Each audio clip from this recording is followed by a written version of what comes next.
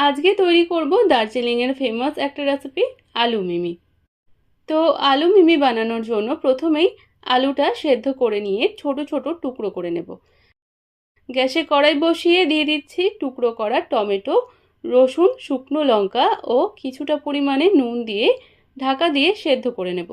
সেদ্ধ হয়ে গেলে ঠান্ডা করে একটা পেস্ট করে নেব। তারপর কড়াইতে সাদা তেল গরম করে হাফ টিস্পুন কালো জিরে ফোড়ন দিয়ে কাশ্মীরি লাল লঙ্কা গুঁড়ো দিয়ে একটু নেড়ে টমেটোর পেস্টটা দিয়ে দিতে হবে। মিক্সির কন্টেনার ধোয়া জল দিয়ে মিশিয়ে দিয়ে দিচ্ছি ধনে গুঁড়ো ও লঙ্কা গুঁড়ো।